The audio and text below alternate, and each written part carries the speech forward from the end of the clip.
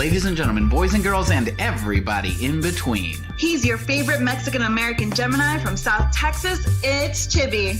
And she's the lipstick-loving Salvadorican from Brooklyn, New York. It's Raqui. And this is Words and Shit, the show where you get to know the person behind the poetry. Brought to you by Write Art Out.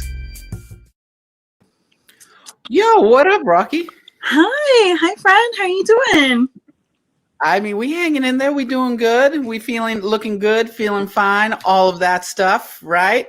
I know. I was like, for those who don't know, like, I didn't have a lip on, and then Chibbi was like, "Go put on a bright lip." And I'm like, "Okay." You're like, sweet all out here, feeling. Thank you. Live your best life. Live your best life. I love that people are already making comments and just being like, "Hi, I'm here." I'm like, "Hi, audience. We see you."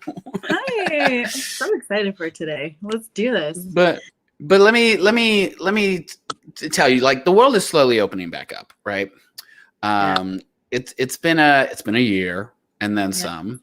Yes. And one of the things that I think I miss the most, like, I've been thinking about this as things are opening back up, and it's like, okay, like, obviously, like, I miss our live poetry shows, right? I miss having game nights with friends. But one of the things that I miss the most has been theater.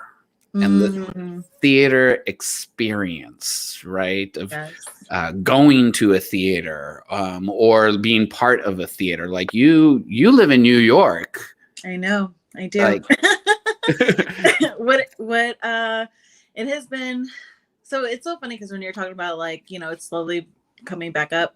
Our work has, like, nonstop been talking about it, how our mayor has been like, New York City is going to be back up this summer, full 100% capacity, which is kind of scary because, you know, we went through something so traumatic. And, you know, one of the things that it's going to be bringing up is Broadway, right? Broadway should be at 100%, or not 100%, but they will be open coming in September, which they've been gone for almost a year and a half. Funny story is when New York City actually shut down, I was supposed to take my students to go see Phantom of the Opera, right? And yes, we were scheduled to go see Phantom of the Opera, and then, you know, we were about to go, and my colleagues and I were like hesitant, like, do we go, do we not? Like, do we take this virus seriously? And then Holt was like, everything shuts down, Broadway. And it was mayhem, right? Because I'm calling up Broadway and be like, how do I refund tickets? And they're like, we're getting like thousands of calls of like, how do we get refunds and everything? So theater is gonna be. I'm sure that was pandemonium. What has been, like, you know, like, in the before times, what was like one of your, like, favorite theater experiences? Oof. So hands down, Hamilton. I got to see Hamilton in New York City. Yes, I didn't get to see the original cast, but I definitely I was dating someone, and she bought tickets for us. It was very magical. I think, you know, hands down, Hamilton's always going to be like my number one. But I will let you know, close second is SpongeBob SquarePants the musical. Whoa. Okay, deep cuts. Broadway deep cuts by Raquel. Yes, I actually, like, went to go see it twice. The first time I was like up in the first couple of rows, and it's very interactive, right? And the second time I actually paid full price to go see it on another date. Yeah, just because it was that good. It was amazing. Wow. Okay. But I know. I'm just letting you know. Don't like knock it out. No judging. But I know that you're definitely into the theater scene, and, you know, you have not only been in productions, right? Like Usnavi in Washington Heights. And, you know, you've dabbled into both, like, poetry and the theater scene. And I know that as much as you can, you've also seen Hamilton, right? With your family as well in Texas. So how about you? You're the theater nerd. Like, I'm just here as the audience. You are in that world. You're so right. Linda Marie just put that she got to see Hamilton in Houston when it came through. And yeah, I totally second that motion that, like, them releasing it on Disney Plus during the pandemic, during the quarantine times, was like golden for a lot of us, because, like, we missed that was happening. I definitely saw it at least 3 times in the first week. Oh, wow. Oh, yeah. Ryan McMaster says Avenue Q at Tuts. Oh my God, I love me some Avenue Q. That is. I will say my favorite theater experience, because I am in the theater world as well, was when I got the chance to play Uznavi in the Heights. That whole production, like when this is very true in theater, but I think it's true in anywhere, right? You can have a planning committee, like when the right people are in the right roles, right? And everything is just moving so seamlessly that the finished product is just better than what you could have imagined going into it. Like that entire experience of putting that show together. It was the 10th anniversary. It was in Laredo. We had people from Puerto Rico flying over and being part of the production. We had a personalized video message from Lin-Manuel Miranda. Okay. And we all cried when they played that. Yes, they played that for us. We cried. It was okay. And that was the best night of the best performance, because we were all in the feels of it. Wow. So yeah, it's the magic. It's the magic that comes with theater, that with live shows like that I think I miss the most, that really create the experience for people. And in a certain way, I think that's what drew me to spoken word, is that it's this if you're talking about slam, right? It's a 3-minute play, right? Yeah. You get to tell an entire story in 3 minutes. Yes. And then if you work as as a spoken word artist, and you tour and you do featured sets, you get to craft a little 30-minute to an hour-long set, right, of storytelling. Yes. Of this oral tradition that you just get to bring to life from what was once a blank page to a fully realized, one person show, if you will. So I think that's what I love a lot about spoken word and about poetry, is how it mirrors the magic of theater, which is why I am so excited for our guests tonight, because they definitely live in both worlds of theater and poetry and spoken word, and just are active in both worlds so heavily. So let's get to it. Kevin Kantor is a trans non-binary poet and theater maker working to deconstruct and reimagine the semiotics of gender on stage and in performance.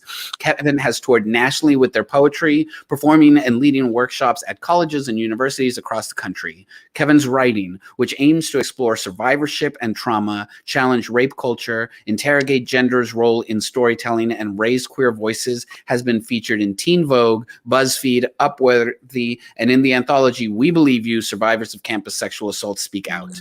Their debut full-length collection, Please Come Off Book, ding, is available now on Button Poetry. Ladies and gentlemen, in the comments section, please help us welcome to our virtual stage Kevin Kantor, everybody.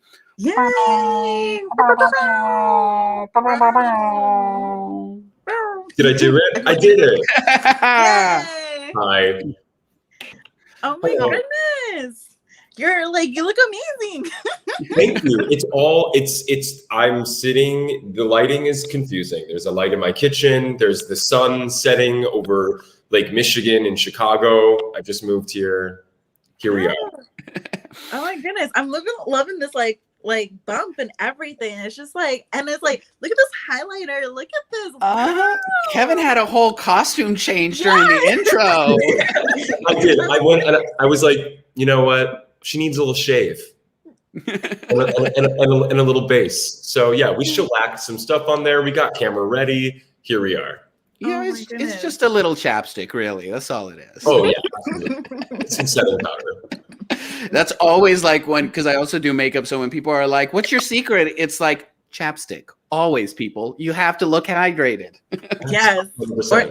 And water, right? Water. I feel like now as I'm getting older, you're whatever. Or alcohol. Yes. Cheers. Salud. Yes. Salud to that. All right. Oh man. So yeah. Wow, you just look fabulous. I just wanted to let you know, just amazing. It was great. So thank you for, for being here. We're so excited for you. We like to start off our little segment with a check-in, since you're going to be our friend, and hopefully afterwards. So I always like to say, how's your heart today? Like, how's your heart today, this week, this year, whatever length, or maybe how you're projecting your heart can be for the future. Yeah, 100%. My heart is buoyant, but also bouncing around a bit. That buoyancy has led to some bouncing. So I mean, I just moved to Chicago about 3.5 weeks ago. I'm still feeling a little untethered, a little uprooted, but also for the first time in a while, anxiously optimistic about what the next few months may hold for myself and all of us, and ready to like hit the ground running and with hopefully a new sense of invigoration. So yeah, that's great. I like that. And I think that feeling kind of resonates because for a lot of us, we've just kind of been stagnant for a while with like those of us that work in the performing arts. It's just everything just shut down. And it's like, okay, I'm ready. I'm ready. It's like the dog that's like looking at the squirrel, like, I'm going to go get it. I'm going to go get it. I'm going to go get it. And like, just let me go already. Right? I'm very, very ready. But again, like cautiously optimistic, right? I mean, what you were speaking to about Broadway announcing their reopening in September, I'm like, well, I have some notes about how you might want to do that ethically, responsibly, not only as a means of safety, but also like for the communities that perhaps you did not do such a good job of, taking care of before the shutdown. So yeah, I'm really eager, and then also I think with all this time that we've had off, recentering, I think, what perhaps some of us had taken for granted as far as the ways in which communities are taken advantage of in the performing arts industry, and being like, hey, if you can exude all this energy to stay alive through digital programming and innovative programming while we all can't gather, like maybe dedicate some of that energy towards uplifting marginalized communities and making theater more accessible for everyone. Exactly. Yeah. Sounds like a no-brainer. Well, I'm interested to dive into more of that conversation later on. But what we'd like to do to kick it off, so that if there's anybody watching that doesn't know, we like the audience to get to know you a little bit better in a segment that we call speed dating. So we will be asking you a series of questions, and feel free to answer as in-depthly or as concisely as you feel is necessary to answer the question. I can and I shall. All right. So first question, what is a role that you would most like to play, or that you most enjoyed if you already played your dream role? I would love to play some of Shakespeare's canonical femme leads. Yes. Yeah. I want to be Juliet. I want to be Ophelia. I want to be Lady M. I want to be Rosalind. I want to be Beatrice. I'm going to just go out on a limb and say you would be a phenomenal Ophelia. Okay. Yes. And it's so interesting because like they were, I think both genders were playing that during Shakespeare's time. I'm like, let me tell you, I'm a Shakespeare buff. Like, let's go. Shakespeare was queer as fuck. Like, yes, Shakespeare. It's in the name. I mean, I don't know. It's not that hard, right? Oh my goodness, I love this already. All right. So, because now I'm like, you have a great smile. Wow, Kevin. I'm just taking it back. My question is, so what kind of item of like expression? It could be clothing, it could be hair, the color of your hair, makeup, jewelry, accessories, whatever that makes you feel most empowered. Ooh, empowered. I mean, lately, honestly, I love drawing on my brows. I love giving myself a real eyebrow. Yeah. I have been getting a lot of compliments on my brows lately, and every time I just say, "Oh, thanks, I drew them on myself." Especially during this time where we're all wearing masks, like this is it, people. Yes. Okay. You gotta showcase the goods right here. Right there. If you did not perfect doing your brows during quarantine, I don't know what you're doing. Surviving, which is also okay. It is okay. It is absolutely okay.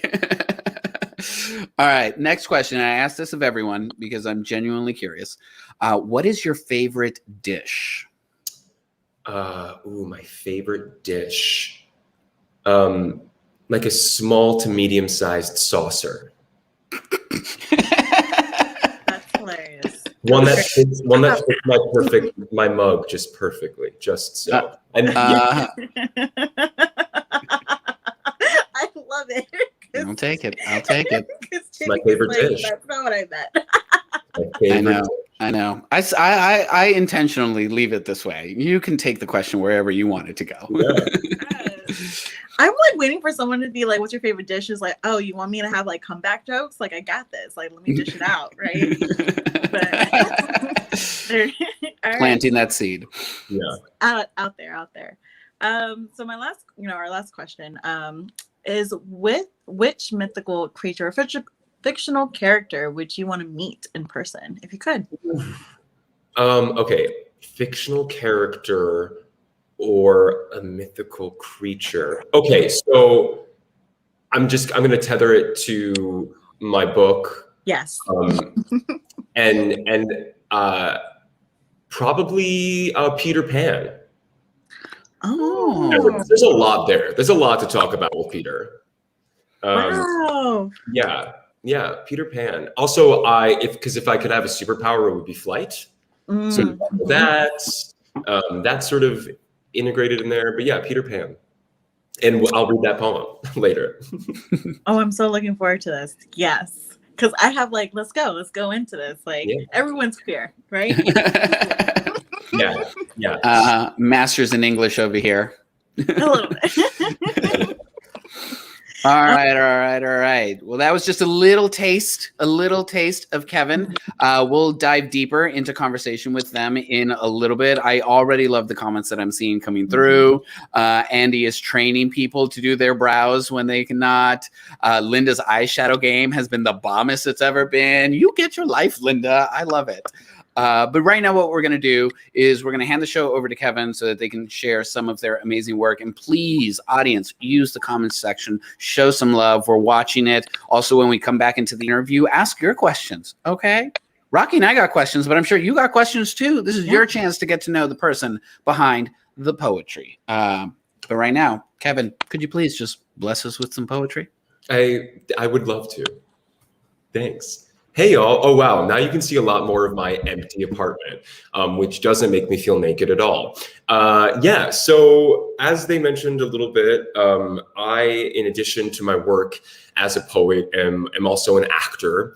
I've worked primarily in the regional theater scene for the past 5 years or so, of course, before everything was shut down. And my book, Please Come Off book, is largely inspired by the intersection of that work that Chibbi actually spoke to quite eloquently as both a poet and a theater practitioner, and also one who is trans non-binary. I was an acting apprentice at the Actors Theater of Louisville in Louisville, Kentucky. And at the time, in the company's 40 or so year history, I was the first openly identifying non-cis acting apprentice in 40 years. And a lot of the experiences working in regional theater, navigating what it means to be a gender expansive, trans and gender non-conforming artist in largely cis spaces, as what inspired this book. And the phrase "please come off book" is an industry term that means arrive to the first rehearsal having memorized your role. And I felt, as a trans non-binary theater practitioner, I was often being asked to perform undue labor as a means to feel as if I'd earned my spot at the table. Things such as, please come prepared to educate us on your lived experience. Please come prepared to tolerate microaggressions for the sake of our artistic vision. Please come prepared to accept the limited narrative value that we will assign you in service to what we have been told and taught are the stories that bodies like yours are allowed to inhabit. And this book says, fuck that. yeah, so I'll dive in. That was a lengthy preface. I'm just going to begin with the first poem of the book, because that's a very good place to start, and also speaks to the Peter Pan reference I mentioned earlier. This is called I'm Not Necessarily Saying It Means Anything, but the 2 VHS tapes I wore out as a child were the 1954 filmed stage production of Peter Pan, starring Mary Martin, and Shelley Duvall's Fairy Tale Theater presents Pinocchio, starring Paul Rubens. End of title. In one story, a not yet boy carved from wood. In the other, a forever boy crowed by a woman. In both stories, a father and a fairy. And I want this to be an ode to my wings, the ones I wore until the fabric yawned holes in its webbing while I sat cross-legged in front of the glowing screen. But we must first start with the theater magic. The visible strings, the spark paper, the full-grown man in a crocodile suit, and the full-grown woman playing Peter. The magic that showed its hand like a bold offer to believe anyway. My small hands feverishly believing even after the 100th time the credits rolled. And I want this to be an ode to my wings, the ones I floated down the stairs in. One hand tracing the banister's backbone, the other holding tight to my glitter wand, but we must first start with the fathers. Geppetto, who wished upon a star for a son and was answered with deceitful driftwood. George Darling, who suspiciously resembles a one-handed pirate in Act 2. Both fathers chasing after a boy until they find themselves in the belly of a metaphor made manifest by some water-borne beast. And I want this to be an ode to my wings, the ones some parent or other tossed without thinking to ask, figured I'd outgrown my childish defiance of gravity. And perhaps it was then, Tink expiring in the background, my hands too busy tearing through my chest of toys for any way to get airborne, that the soft bark of my body realized the very strings Pinocchio was told kept him from becoming a real boy were the same ones that allowed Peter to fly.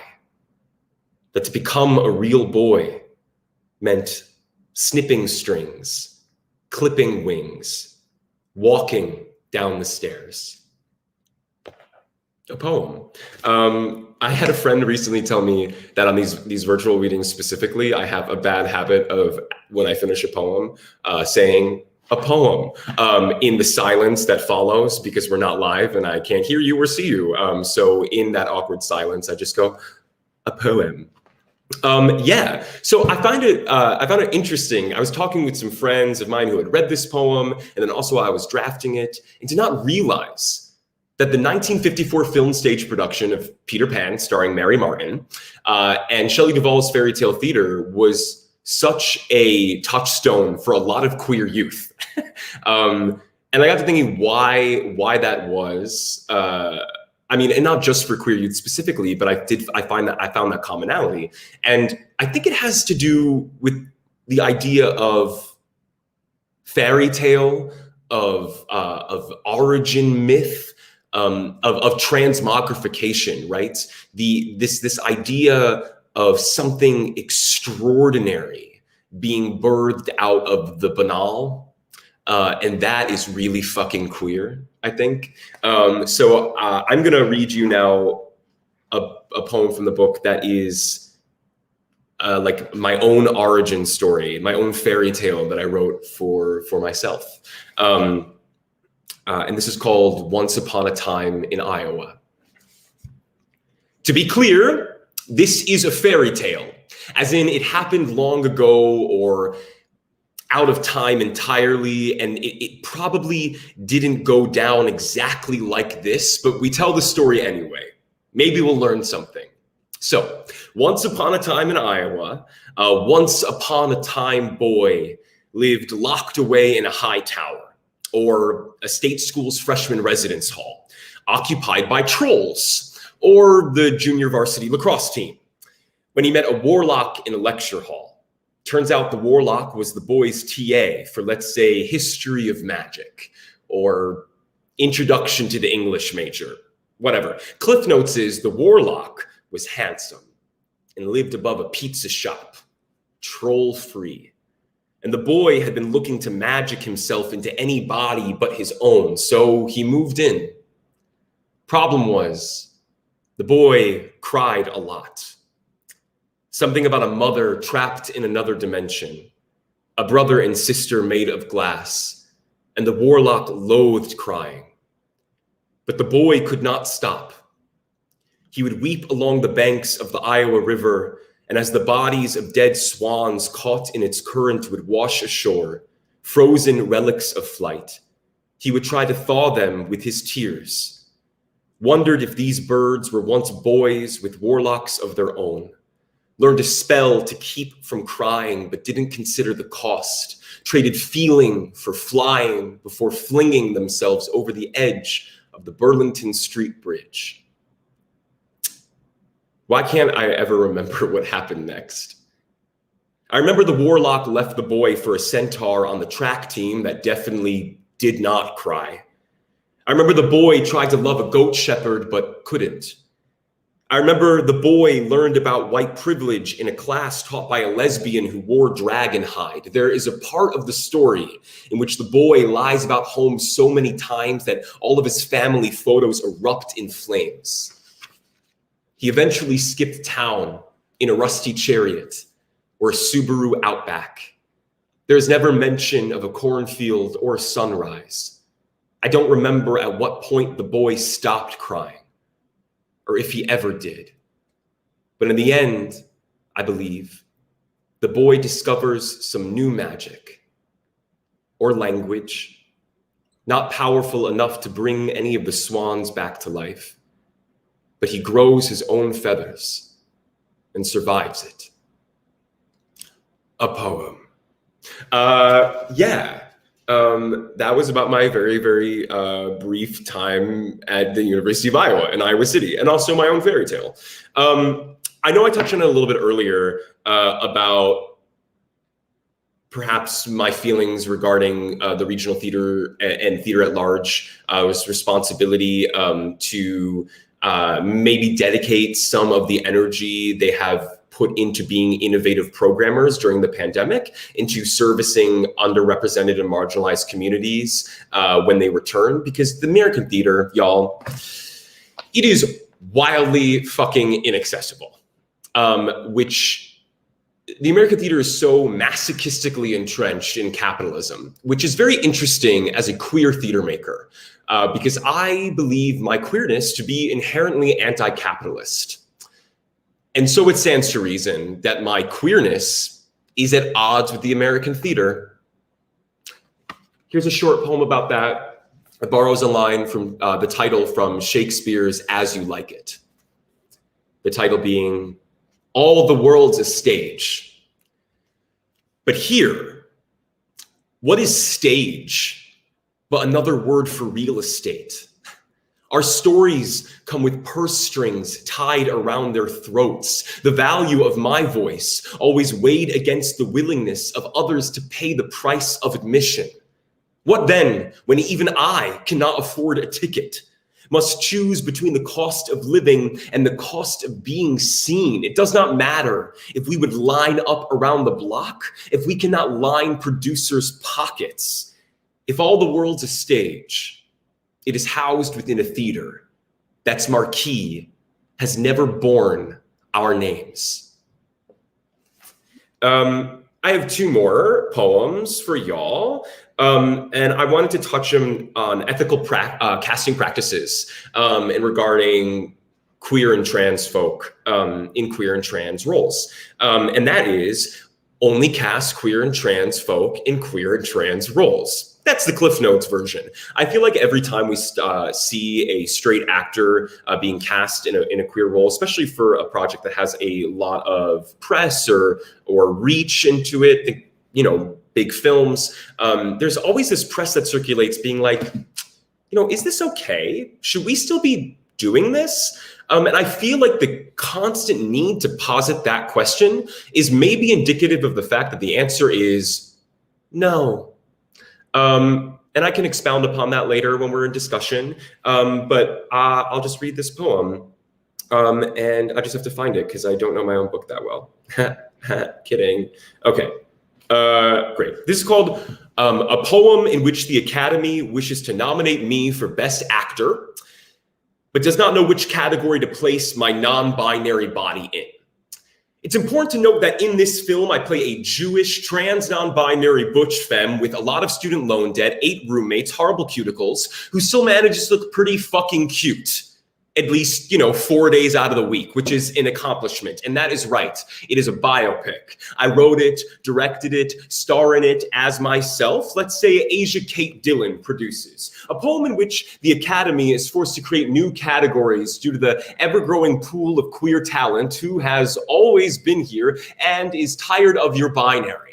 Consequently, the Oscars telecast has been extended to 7 hours, and you will sit and you will watch and you will like it, as every straight actor who's ever been awarded an Academy Award for playing a queer character is forced to present for categories such as Best Red Carpet Clapback when the reporter from the E! Entertainment Network misgenders you. Best I swear to God if you nominate another goddamn sexual predator for another goddamn Academy Award at Casey Affleck, not so subtweet. Best film in which the leading queer character miraculously does not die.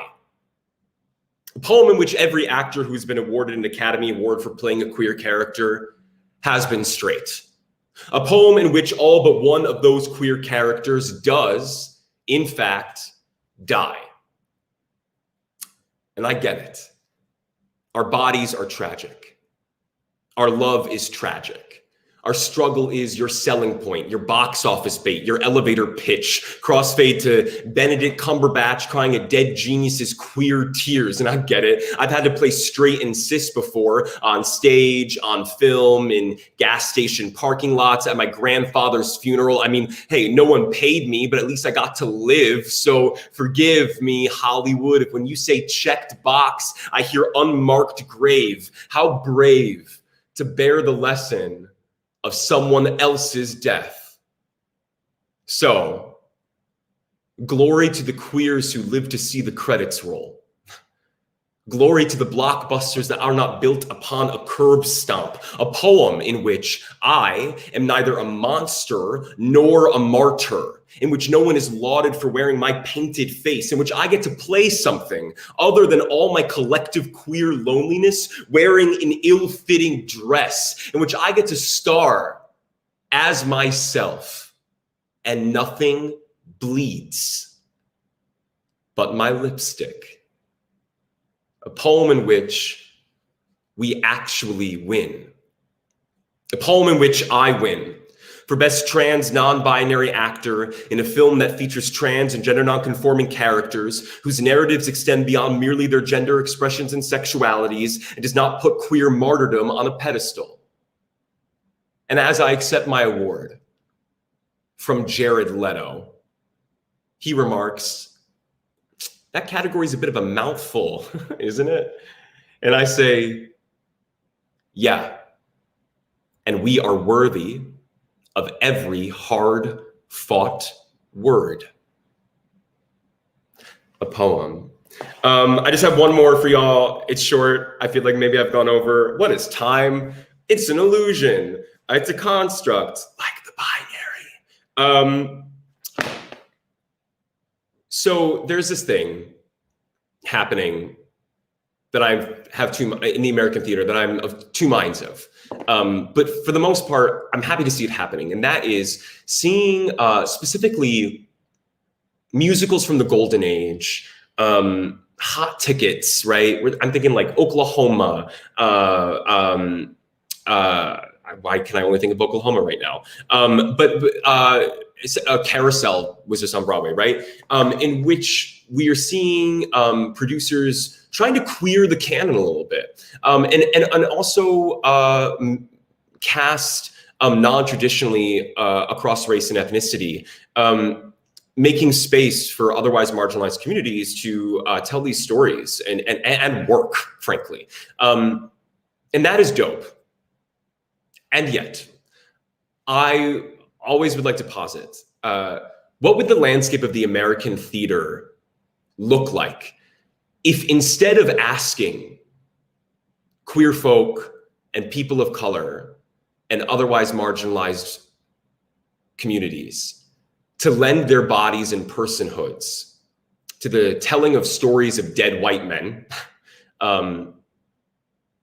what if instead of doing that, in stories that frankly did not make room for us in the first place, or in many cases wished us dead, what if instead of that, we actually just invested in a new canon? We just invested in the voices of those communities living and working today, telling new stories, instead of asking us to make problematic material by dead white men more palatable for mainstream audiences by putting our bodies on stage to tell them, because we think that those will be the shows that sell tickets. This last poem is called Rewrites. Romeo and Juliet. But this time, Juliet doesn't text back. Romeo embraces his bi-curiosity. He and Mercutio kiss a lot, and no one advises a young girl to drink all of that NyQuil. Taming of the Shrew. But this time, no one is expected to belly laugh watching a man starve his wife. And in the end, our fierce femme protagonist pulls a pin out of her fascinator, stabs Petruchio, her so-called lover, in the neck, and goes on to star in the second season of Glow on Netflix. Hamlet. But this time, Hamlet is trans. A non-binary femme doing their makeup, asking themselves to be or not to be. Because what is sitting down at a vanity and painting your hard face in its soft truth for the first time, if not interrogating your own mortality? And this time, the royal family invests in some really good grief counselors, and no one shames the young prince for crying, and the young prince doesn't gaslight their girlfriend, and no one dresses for their daughter's funeral, because no one drowns, because no one is stabbed, because no one has to die for us to learn what love is. You and I. But this time, we will not define our worth by how well our bodies retell someone else's story. And we laugh until we cry, and we cry until we laugh, because the binary of comedy and tragedy, like all binaries, cannot hold us. And I'm not afraid to be femme, and you are not afraid to text back, and we throw a funeral for shame, and we drown in stars, and in the end, we glow every second of every season. A poem. Thank you. Hello. Applause, applause, applause, applause, applause. I know. I was just like, when you had first started talking, like, oh, it's silent here during our virtual, readings. I was like, oh, wait till you finish your last poem, and you're just gonna get this sound. I love it. We're making it work in the virtual world. Oh yeah, absolutely. You have innovation. I appreciate it.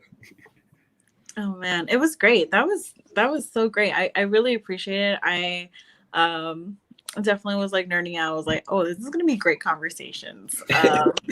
I love Shakespeare. I think we briefly talked about it, how Shakespeare is definitely queer in so many ways. Even like the actors that had to play these multiple roles and multiple genders.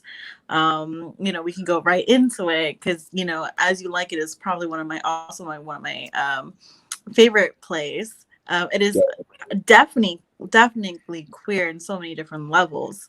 And even to the point that when you were talking about Oklahoma and how they changed the characters, I was like, I understand the reference because I actually saw that play. I actually saw that play in New York. Yeah. That was a dope production. Oh my God, it was an amazing production, and definitely, thinking about what that looked like with a different race and like how they made it really somber and how they brought in so many different characters for, we could say diversity. And then I don't know if y'all know, but my students are predominantly students of color, right? From like the city. And so to take these our students to these productions, it's also like this conversation about how do we make it affordable? How do we make Broadway affordable? So, those are little snippets of what I want to talk about, but I'm so excited. Where to start? Yeah, I know. Go for it, 'cause I'm like, I don't know. All right, let's start in theater then, since like we're on this bandwagon anyway. You bring up such a great point about the accessibility of theater and how it is widely, highly inaccessible for people to watch, and oftentimes also for people to put on.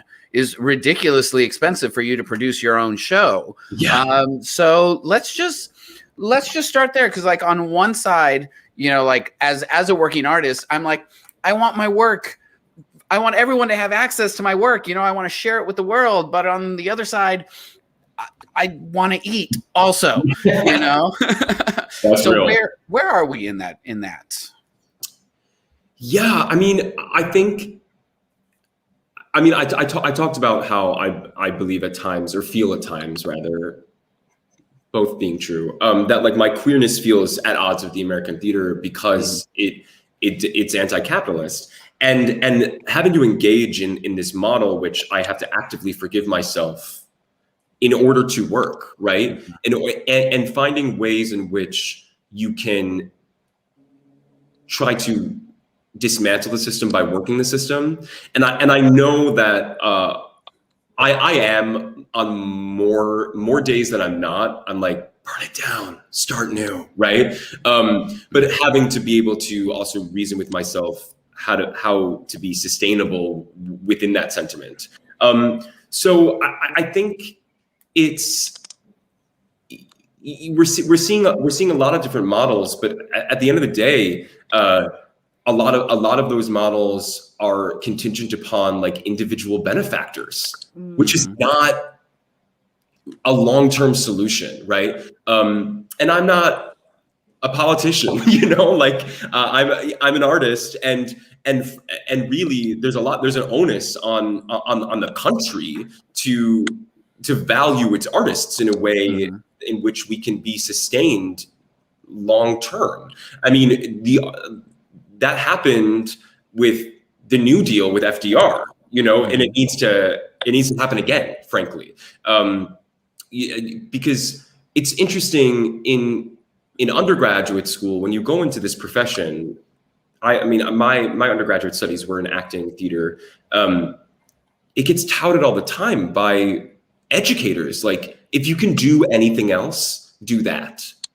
Which instead of going into the arts, which is often posited as a sort of like self-care mantra, but really what they're saying is you understand that by engaging in this career, you are going to be asked to co-sign to a toxic model that will pit you against the very peers you're meant to collaborate with due to a scarcity model imposed by a government that doesn't value its artists. You sure you want to do that? Like, that's what they're asking you. Or, that's where we're at. And I think especially like considering this past year, like we've a lot of people have really like discovered how important the arts are, because it's like when we were quarantined and we're at home, like what got you through it? TV, music, film, books, the arts. It's like kept you sane. Yeah, let's value artists just a little bit more, shall we? A little bit more, and then also like not worship at the altar of celebrity. And because. And the reason I offer that as sort of a footnote to this conversation is I think there's a lot of misconception about what working artists' goal is. Goals are, rather, right? We're not all seeking stardom and fortune. We're seeking to enrich the communities with which we interact with. We want to be storytellers. We want to impart empathic reasoning. We want to better our communities, right? So that too. Yeah, no, I definitely, it's just, so when you're talking about even like the system, right? Because again, it is always just like capitalism is always the forefront, especially in the US government, right? And it's so hard to like really withdraw yourself from capitalism and still try to get paid, right? Because you're like, I'm still trying to live. I mean, I know that you I love that. I love that point that your queerness is in like contrast and always in with capitalism, because it is true. Like, to be queer is to be othered. It's to be against like hegemony, right? Mhm. You know, and you were talking about like some ways, but can you go a little bit more about you know, how have you and your other queer community really kind of pushed against that capitalism, or really pushed against I guess this hegemony of what the theater art should be? Yeah, I think the work that I've been able to do in small doses over the past few years in my work in regional theater, which again, so to be clear, regional theater specifically, and we think of Broadway, right? It's incredibly cultural. That is the nature of that beast. But a lot of regional theaters, again, because they don't receive this sort of the funding that they need to operate, right? Are also, for the majority, producing on a deficit as is. So they're always thinking about the dollar, the bottom line, as a means of survival. They are having to combat that as well as institutions, in addition to the individual artists they're hiring. So when I'm onboarded to an institution like that, I'm trying to be as vocal an advocate I can be for prioritizing community in programming, in hopes that institutions that have for so long have felt beholden to chasing a bottom line actually realize that community-centered programming is more beneficial towards that bottom line and enriching the communities that they hope to serve, right? So it is no one's responsibility or job to show up to a community or an institution and make their otherness as known or vocal as possible. But that is something that I enjoy and take upon as a responsibility. I walk into these PWIs, I walk into these largely straight cis spaces, and I'm like, I am here and I'm very queer and I'm very trans, and I would love to plug myself into your queer and trans communities here and get them into your space, regardless of whether or not the programming that I will be doing there centers those experiences. Like, let it be known that you're hiring trans artists and that you know, yeah. So there's that. That was a long answer, but yeah. No, that was great. That was great. There are no long answers here. We're all here to listen. No. It is your answer, essentially, whatever it is. So I want to dive in about you specifically before we go back and talk about, you know, the theater community and the roles that they play and how they can be better. You're very open about being trans, non-binary. It's in your bio. You've got plenty of poems that talk about the subject, you know, and we have people that watch and listen to the show from all types of backgrounds. So for anyone who doesn't understand what that is, can you talk a little bit about what that identity of trans, non-binary means to you specifically? I'm not asking you to talk about for the community at large. 100%. Yeah. So yeah, to echo the sentiment that you just stated, Chibbi, is that obviously trans folk are not monoliths, right? We all have our own lived experiences and arrive at our transness and our gender identity in a myriad of ways, all of which are valid. So for me, when I was in when I was on my poetry tour, my first year out of undergraduate college, through a series of circumstances, for the lack of a better word, some work that I had that was receiving a lot of notice, it was really the first time in my life, even as someone who at that time was 23 or so, that I was being asked a lot to engage with my gender and the way in which my gender was received and perceived by others. And I found myself, I mean, this is because of the poem People You May Know. And it was a poem about my experience as a survivor of sexual violence. And it was being upheld as this piece on male survivorship. a man's point of view. And keep in mind that the poem, with the exception of someone who looks and sounds like me reading the poem, has one word in the entire 3.5-minute poem. The word boy appears once. And other than that, is not gendered, right? It doesn't speak to a gendered experience beyond that word boy. And I found myself, this poem being upheld as this piece from a man's perspective, and all these people who frankly did not know me, labeling me as such, and began to feel like a real dissonance with how constantly and publicly I was being defined as such and perceived as such. And so I was like, oh yeah, I'm not a man. I'm not a man. I'm non-binary, which I mean, again, can mean many things to many people. But for me means that I don't identify along the binary as either a man nor a woman. And I also think of myself as trans, under the trans umbrella, because, I'm not what I had been assigned as birth, nor what I'm largely perceived as when walking through the world.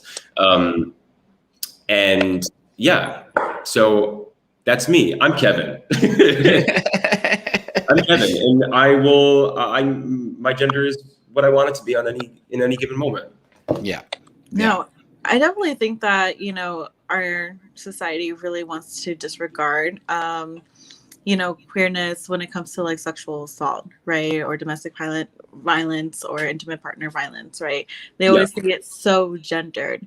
And then they forget that same-sex couples or queer people can also be affected by this, So I really appreciate that work. And, since we're on the subject, I know a number of your poems in your book talk about sexual assault and rape and you being a survivor, right? So this country has a lot to do to dismantle rape culture and destigmatize survivorship, right? I feel like, especially when you think about survivor, they think of them of like weak, or they're usually women, and it could be, again, all genders. And like, where are you in that process? And I know you spoke a little bit about that, but if you want to share, I think that would be great. Yeah, I think so. There's so many avenues that I could travel down with that, but I'll mention one thing that's specific to the book, and then one thing that I sort of just think generally, amongst the many things. And the one thing is that I hope, my hope is that we start distancing ourselves, sort of to what you spoke to, Raqui, which is distancing ourselves from the narrative, or even like iconography of what it means to be the perfect survivor, or the ideal survivor, one that is whose survivorship, there's no way to do it correctly, and I think that is what's often touted, and to that end, also what it has to do with the book is that I have poems in this book about my experience with rape culture and survivorship, alongside poems about my sex and my sexuality. And that was very important for me to have those in conversation, horny poems, because I think for a very long time, when I was doing sets, when I was speaking about rape culture and survivorship, there felt like this tension, this unease, this incongruity in allowing myself to celebrate my sexuality and my sex in conversation with the fact that I was a survivor of sexual violence. And I think that very often we do, rape culture works to rob survivors of their sexuality and their sex, because the second that we talk about those facets of our personhood, the conversation is immediately, well, if you are promiscuous, if you are, again, it's the tried and true line of they were asking for it, right? That sort of shit. So yeah, it was very important for me to put horny poems in my book. That's why there are horny poems in the book. No, I Go love ahead. that. I love that. It's basically like almost reclaiming, right? That you again have agency within your own sex and how you want to have it, right? And you 100%. putting in there is a way of consent and a way of so showing that. So this has always been a hard topic, and I appreciate it because it is. Language is so important, right? When it comes to survivors, and always believing them first, right? Never asking like, what did you do? It's just like, you always have to believe them, right? Mm-hmm. Straight off, so I want to say thank you. Thank you so much. Yeah. Let's talk about the book. Ding, that you're reading from. Ding, right? Because you've been in the poetry world for a while. You started as a youth poet, then competed in CUPSI, which is the Collegiate University Poetry Slam something or other, and it continued, something like that. We're close, and then continued into your adulthood. Have continued. You said you toured as a poet for a while, so you've been doing it for a while. This is your first. This is your debut collection of poems. What was the process of putting this book together? You've talked a little bit about it, but can you tell us some more? Yeah, absolutely. So there are poems in this collection that span years. Some that were as recent as like when the final draft went out about a year ago, and then some that are from my earlier days of writing that I, of course, revisited and rewrote and found space for them in the collection. But the process of writing this book, I was at the Actors Theater of Louisville, where I was an acting apprentice, and they're the home to the Humana Festival of New American Plays, which it's the largest new play festival in the country, and I was an acting apprentice among 20, and by some statistic anomaly, among 20 actors, there was only 2 at the time openly identifying queer folk in that group. Me and a good friend of mine, Reagan, who's a lesbian, and we were like, what has happened here? Where are all the queer people? And I was in Kentucky, mind you, and it was a hard year. And I remember in rehearsal for A Christmas Carol during the election of 2016. So really trying times. I wrote the very first poem, or the titular poem from this book, Please Come Off Book. I wrote because I was feeling really, really invisible, especially in my gender identity, especially in a new city where my job was quite literally to go to work every day and experience cis folk tell me what stories they thought I was capable of telling. And so I was like, this is what the manuscript wants to be. It wants to be in response, in conversation with my work as an actor. And so I began working on the manuscript, I had already banged out quite a bit of it. I would write it when I was in rehearsals, when I was in rehearsals on contract at regional theaters throughout the company. And I had asked for a work sample, and then they were like, yeah, do that. And I was like, great, I'll do it. Well, congratulations. It's a phenomenal fucking book. I think everyone needs to get a copy of it and read it. But yeah, I didn't know I needed it. It was a beautiful day yesterday. I sat out on the back porch and I just consumed it cover to cover. And when I finished, I was like, I needed that, and I didn't know I needed it. Hey, thanks. Now that we're going back onto your subject of your book, let's go into these like mythical creatures, right? That were like this. Yes. I'm so excited. So, in your book, you mentioned mythology and fairy tales as a way to tell your story, like doing a character study in Kiju, right? Okay. And then Medea says and Oedipus, right? Yes. Can you talk a little bit about that? And then we can even talk about, Peter Pan, in your book as well. Yeah, let's go for it. Yeah. So, I mean, I drew a lot. Obviously, I was drew a lot upon canonical theater. So we have Shakespeare in there. We also have some Grecian work, Oedipusy, and Oedipusy, of course, being, or Oedipus rather, being, this man unknowingly killing his father and sleeping with his mother, marrying his mother.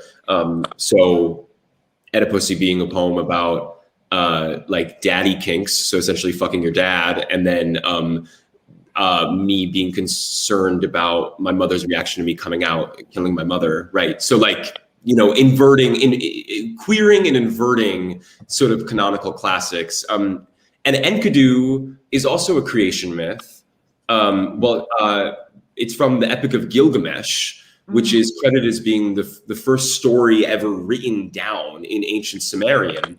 But it's also drawn upon it really relates back to my work in the theater, because a playwright who I love, Jen Silverman, whose debut novel just came out, which is also about theater, which is called We Play Ourselves, which is an incredible novel. She wrote a play about the Gilgamesh myth, in which I played. I was in the world premiere of this play that she wrote.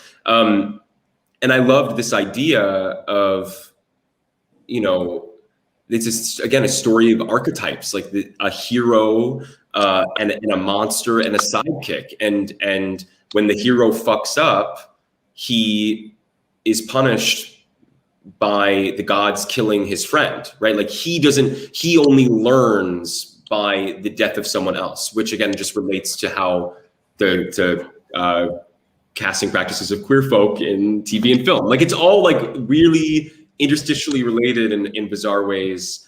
I'm really drawn to creation myths and magic, theater magic. That's the theater that I love, is theater that employs magic, because if it's not, theater magic is what makes sure that theater demands for it to be a shared live experience. Otherwise, I'm watching a TV show. Right? I want something like, the visible strings, the spark paper on stage, a moment where suddenly like it's raining inside or petals are falling from the sky, right? Something that is magical is why I love theater, why I think it is like the mode of storytelling I love so much, and why I wanted to write a book of poetry about it.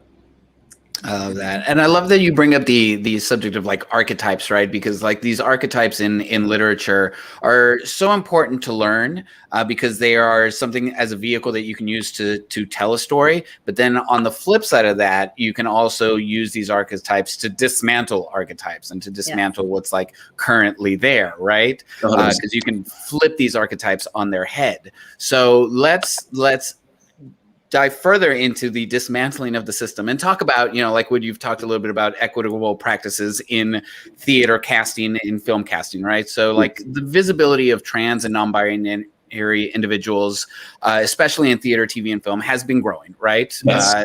There were some well-known figures like Chaz Bono, Laverne Cox, the third season of Pose just started. That's got MJ Rodriguez, India Moore, just to name a few.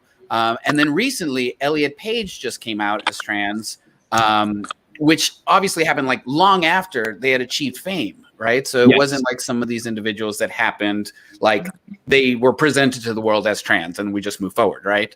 So like, where do you think the world of theater, TV, film needs to be going as more trans and non-binary actors come out and are accepted, right? Yeah.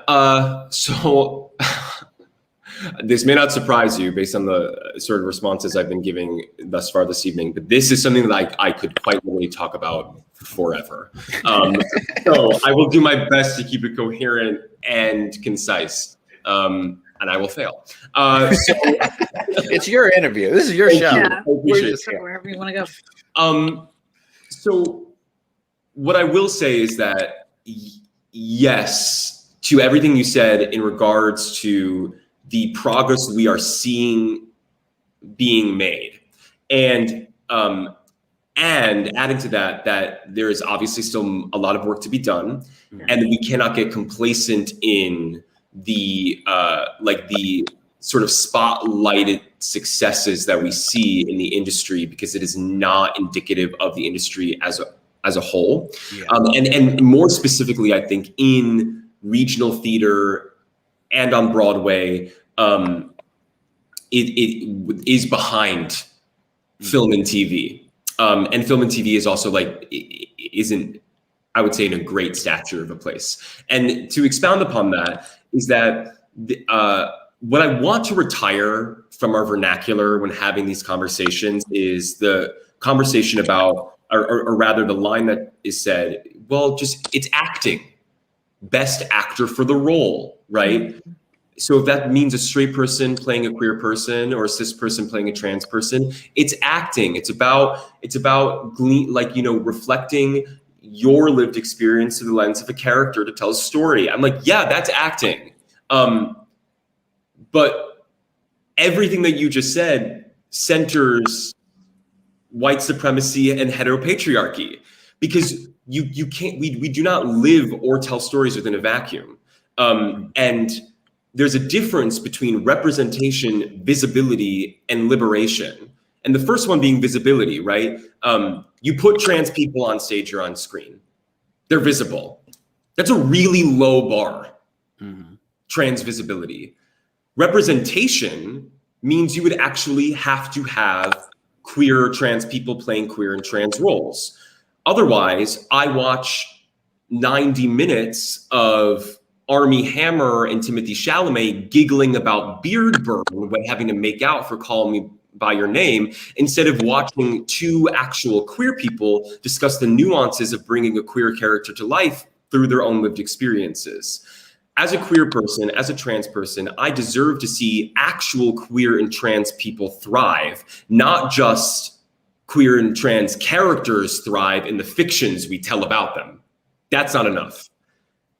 That's just representation. Then there's liberation, which is what we should really be after. How do the projects that we are programming, centering marginalized communities, queer and trans people, communities of color, are actively working to liberate those communities? Not just watching ourselves on representation is important. It can change lives, right?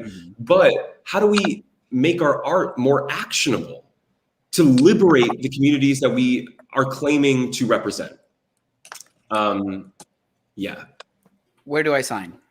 Right. Exactly. No. And frankly, also, it's like these big projects, but there's a lot of money. There's a lot of fucking money, And why the fuck should a straight cis actor be financially profiting on the trafficking of a queer trans narrative that is often, frankly, also centered in trauma?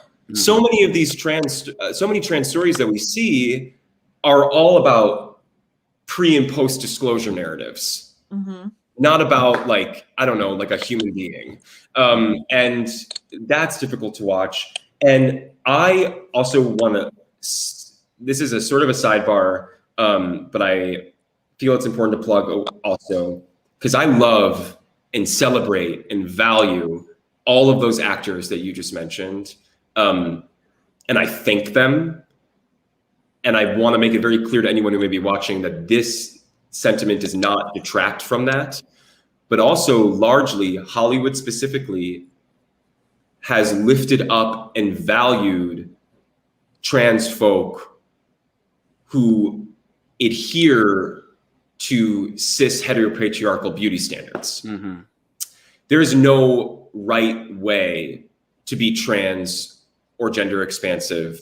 And the more and more stories that we tell about that community, I hope we are able to see the breadth of expression that exists within that community, so that so cis people, folks that don't know trans folks, do not become ill-informed about what, and begin to think that there is a right way to be trans or to look trans. So I'll just say that as well. No, I think that's great. No, I think like these are very important questions and important like ways to challenge this, like the discourse around trans actors. I always think about Pose, right? And how Pose is so, for me, like groundbreaking, not to see just trans women, but multiple trans women. I think this is probably one of the first shows like on FX that showcased multiple talented Black and brown, Latina and Black and Afro-Latina trans women, right? And it is a phenomenal storytelling. And, even throughout this conversation, when you talk about, being queer, I think you've definitely used queer and surviving synonymous, and that it's always been our narrative, right? To be queer is to survive. It's never, we want to thrive, but people always want to put us in this like survival narrative. And Pose like kind of does that sometimes. And it's always just so disheartening that they are groundbreaking and they're still not nominated. They're still not getting the awards. Like Billy Porter, who is a phenomenal actor, and also just like pushes the gender binary with his roles and his like and his wardrobe. He doesn't. It's still very sad that they're, like you said, they're getting the visibility. There's representation, but they're still not getting acknowledged, that liberation to really be, to be accepted. It's still always just gatekeeping. So I appreciate that.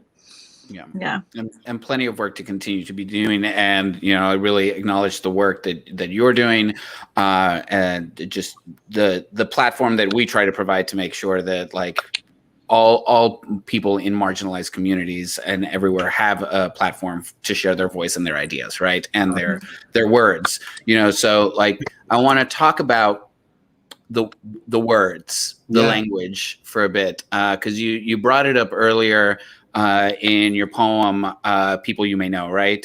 We've talked about gendered language on this show before, mostly because both of us are of the Latina background. So like Spanish is a very gendered language.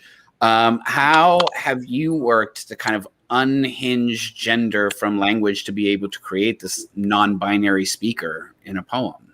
Yeah, absolutely. So the book is split up into 5 parts, sort of outlined by the Aristotelian dramatic structure, which is like whatever. But and so there were times in which I wanted to be in conversation with a journey of gender identity. Because there's also a thing in Aristotle in regards to the hero's journey. I'm pretty sure it's Aristotle.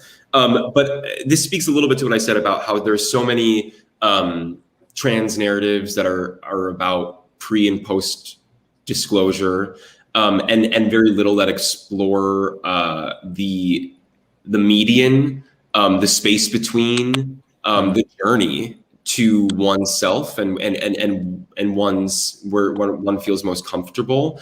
And also, I'm not in any way trying to shy away from the fact that like I was very much socialized as a boy growing up. Like I feel the phantom limb of boyhood in my non-binary, in my transness, and that shows up a lot in writing about my childhood. When writing about, in hindsight, what it meant to what I realize now to be perceived as a boy, and how I often felt like I failed boyhood. And so I refer, the speaker in my poems often refers to their boyhood, to boyness, uses the word boy quite a lot. And I actually I feel like a lot of queer AMAB poets I see have a relationship with the word boy, because I feel like there's a tenuous relationship there of feeling like you're failing gender as a child.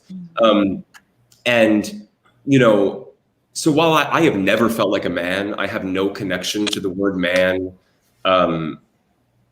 I do. I feel a phantom limb of boyhood.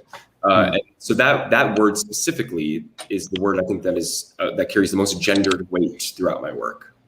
No, I like that. I like the term phantom limb, like boyhood. That is such a good way to frame it, you know? Go ahead, Chibbi. I think you were going to want to say something there. Okay. No. I was just sighing. I was just taking it all in. All right. I think we still have some little more time, you know. I kind of want to just like switch over, you know, still we're talking in the frame of like queerness and really pushing and challenging these notions of like, what is the binary, right? Because I've been dying to talk Shakespeare with you. Let's talk Shakespeare. Can we do that? Go get geeky. Yes. I mean, this is obviously a Hamlet reference Yes. by non-binary artist Robert Martin, who's incredible. You should all follow them on Instagram, Robert Martin. Yeah, but they drew that for me. Shakespeare. It's great. Because, you know, you mentioned in 2 poems, you know, that you read for us today, you know, Shakespeare, especially like As You Like It, you know, and all the world's a stage. You know, do you have like a connection to that one? Or, because I also, then I want to talk to like about Romeo and Juliet, because I for sure think that Mercutio is 100% gay, especially gay for Romeo. Like his Queen Mab speech is all about how he just wants to fuck Romeo, and Romeo's like, let me just say, having played Mercutio, I don't think he's gay. I think he is open. Okay, I don't think he has a preference. He's like, whatever, bring it to me. 100%. Yeah, so talk about these characters and like, who do you talk to? So I love Shakespeare, and it's difficult sometimes to love Shakespeare as someone who works in this industry, because I think it's so popular and so often programmed because it's free to program, which is important, part of the public domain. Yes. But like sometimes I'm always harkening back to, I'm like, y'all, I love it. The poetry is brilliant. We cannot idolize it to the degree in which we do in the American theater. So with that being said, Shakespeare is gay. And if your Shakespeare is not gay, I don't want to watch it. And that is someone coming from someone who loves Shakespeare. I mean, the poetry is just, I mean, it's fucking incredible. And so I also think, like, whenever I see a production of either As You Like It or Twelfth Night that does not lean into either the queerness or transness of those past roles, I'm like, did we read the same play? Yeah. Like, and I know, of course, I'm always bringing my own lens to it. I am bringing a sort of a contemporary lens as well, in addition to a queer one. But like on paper, I'm like, these men fell in love with these women in drag. Yes. They fell in love with these young boys. And these characters also fell in love with not only these men, but themselves while in male drag. Yes. I'm like, this is gay. It's also trans. Like, what are we doing? And so, I mean, I'm actually partial to the tragedies because I love drama. And yeah, don't say. Right. I love the drama. But again, these comedies, I'm like, if you're not really leaning into the queerness, I'm like, I don't know what you're doing. I want to do a production of Shakespeare in which me and another trans non-binary actor alternate Hamlet and Ophelia. I want that very, very badly. Yeah. Hey, no. I said it at the beginning. I think you would make it phenomenal, Ophelia. So I think that's great though, because I know that you're talking about, you know, as you like it. It's not only just, you know, it is when you talk about like transness, right? As You Like It is probably one of the ones that you think about. And if you add the other layer of when during Shakespeare times, it was like Rosalind was played by a boy, right? Who's Yeah. playing a girl, who's playing a boy, who Right. plays a girl to get the all gender guy. fuckery. Right. It's all wild. And also with Rosalind in particular, what always makes me sad about As You Like It is the epilogue. Yes. Like the epilogue, you know, she comes back out Mm-hmm. and is like in her wedding dress, and there's just some lines at the end of Twelfth Night, like when Orsino. Now I'm talking about Shakespeare, but That's why we said, do we have time for Shakespeare? right.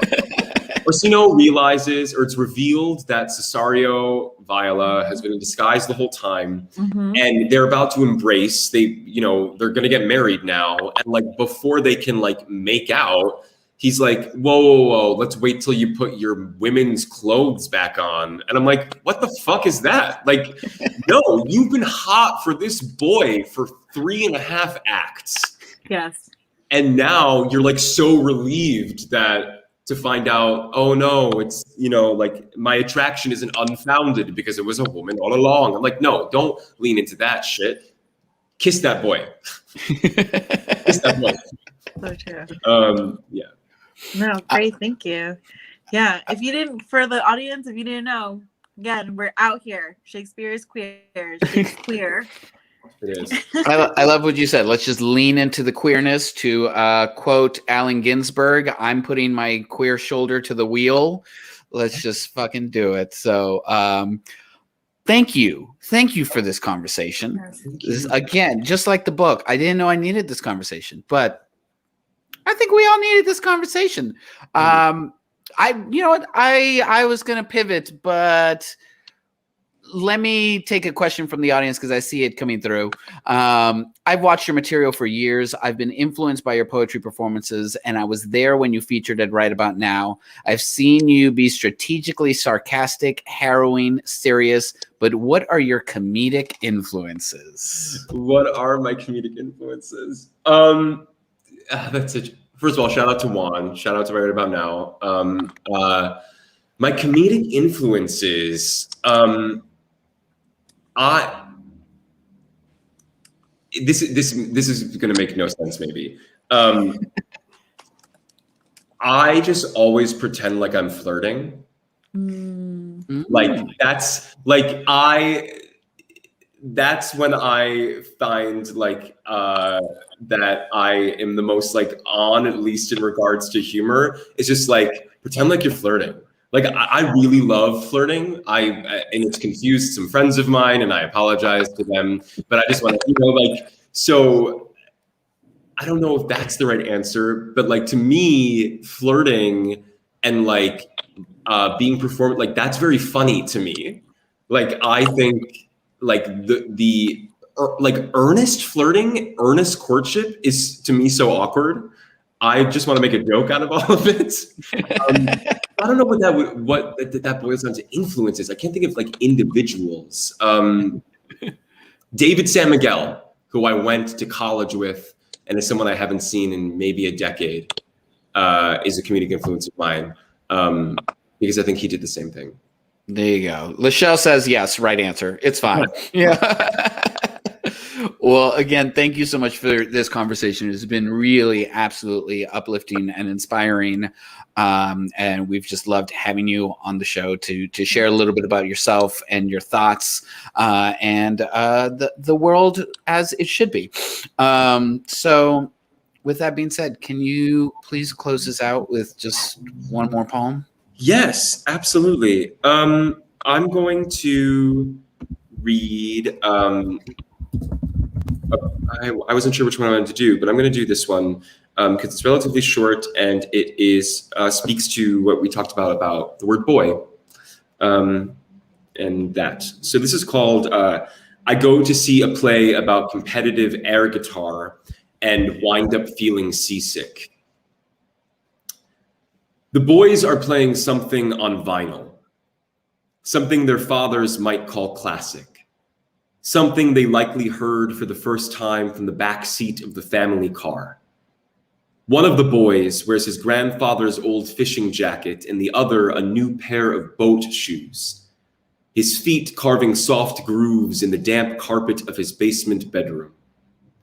Whenever I see a boat, being dragged behind a truck across Colorado, I must remind my reactionary eye roll that I do not resent all men who own boats. I resent my father, and I suspect there is a certain difference. Though I think in all likelihood I would resent most men who own boats who live in landlocked states. Because why? The boy swimming in his grandfather's fishing jacket says something about the Boy Scouts and shoots me a look like he can hear all of my knots tightening. The boy in the boat shoes passes me the bong and asks me to choose the next song. I instantly regret putting on Bohemian Rhapsody because now the boys are playing air guitar. And I never learned how to play air guitar. No one wanted to pay for the lessons, I guess. My father could not afford to imagine me unmuted. The boys fret the empty air between their hands with a practiced specificity, as if stringing together a chorus of boyhood memories, strumming to the rhythm of an imagined dashboard downbeat. As a boy, I must have never made any music I could actually hold on to. Or my music is docked somewhere, tied down by hands that had practice keeping ballads at bay. A poem. Thank you all so much. A whole night of poems. We did it.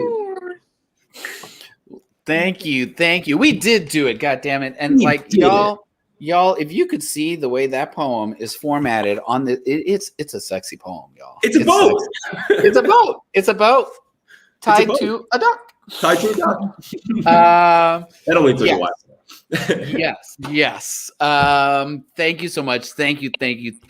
I know we've had it displayed on the screen, but for anybody that is listening to this show in the future, please tell them, where can people find you? Where can people find your work, and all of that fun stuff? Yes, absolutely. So I am on both Instagram and Twitter at Kevin_Kantor. And you can find my book where all books are sold, but of course we should support independent presses. So it's also available at buttonpoetry.com. And yeah, that, buy a book, shout out the book. Yeah, that's how you can support me. I just moved to Chicago. Reading poems on the internet. So come hang out. Yeah. Thank you. Go for it. Support the artist. Please go support the artist and buy this book because you need it in your life. And we needed this conversation. So thank you again for joining us, Kevin. Thank you so much. Thank you, Chibbi. Thank you, Raqui. Thanks. Ooh, what a great episode. That was so informative. So much to divulge, and I think that was like so. I'm having a great time. Sorry, I'm also just like living in the moment. I can see. Sorry, I lost the words. I'm like, that's fine. Yeah. I think that's part of it. Is like, one, I feel hella queer right now, hella informed, hella inspired, and just like taking it all in. I think that's a big part of tonight's conversation. Was it's like let me just soak, let me sponge everything that is being put out there, because it felt fantastic. And again, loved diving into all these questions and queries, pun intended, about the state of the arts, in terms, especially when it comes to visibility of queer folk, trans, non-binary people. Lachelle says she can't wait to show Mia, her 13-year-old, this episode. Please do. Please. I love Mia. Mia's the sweetest.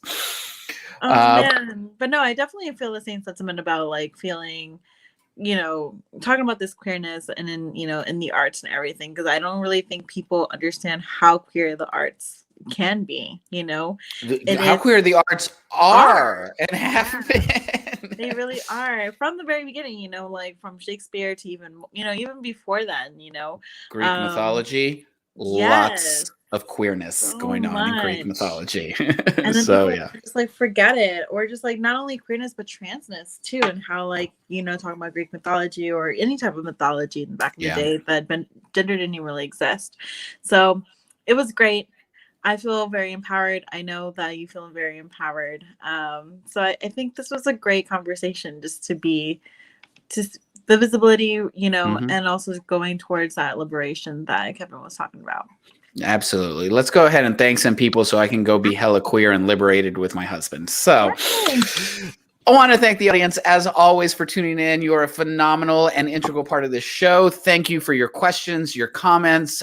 We really appreciate you being here. And even if you're not watching live, if you're listening to this or watching it afterwards, we still appreciate you. Thank you. And thank you to our production assistant, Dominique, taking care of it in the background, and to Chris Condé. Speaking of other non-binary artists who are doing the work out there, they produced our theme music. So thank you to them. And then if you're not following us, or if you are, thank you. Follow us on IG and Twitter at Words and Shh. You can see it on our little banner right there. For those who are listening, it's Words and Shh. Definitely give us a follow. Tell your friends to follow us. Tell your mom to follow us. Tell your kids to follow us. We are great overall. We'll give you contact. And whether it's your first time joining us or whether you've been here before, know that you can always catch past episodes if you missed any on our YouTube channel or wherever you get your podcasts. Make sure you subscribe, rate, review, like, all of that fun stuff. But if you do want to catch us live next week. Yeah, if you want to catch us live next week, please come back, same time, same place, whatever platform you're on. If you're on Facebook Live, YouTube Live, definitely. If you're on one, if I'm right about out right now. Our next feature on May 13th is none other than Buddy Wakefield. Yay! Super excited to have Buddy on. We only have 2 episodes left for this season, and then we're going to take a break. And I can't think of a more fantastic way to start to wind down this season than to bring on the one, the only Buddy Wakefield. That's going to be a fun conversation, y'all. I know, I'm so excited. I'm so excited. So if you don't want to miss it, please come back. Right? Go get us. Follow us so you can get that information. But other than that, it's been great, Chibbi. Until next week, stay safe, y'all. Bye, y'all.